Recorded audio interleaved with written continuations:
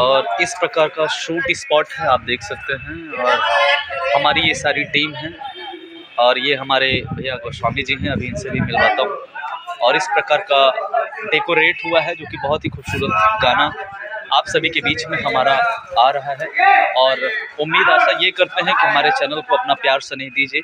dream music Rinku में ये गाना हमारा आएगा और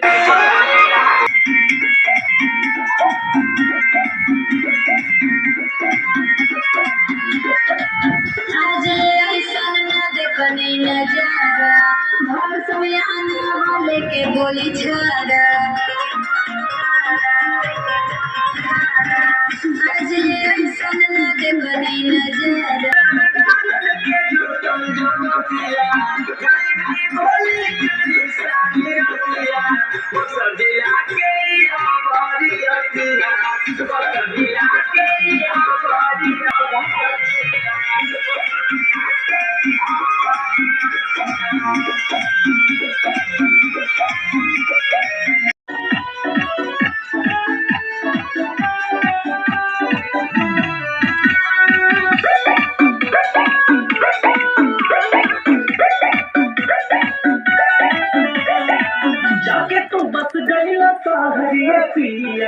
बुझना हमार परेशानिया हो बहुत ठंडी तेरिया ये राजा सोने के तो बस गइल सहरिया पिया बुझना हमार परेशानिया हो बाहर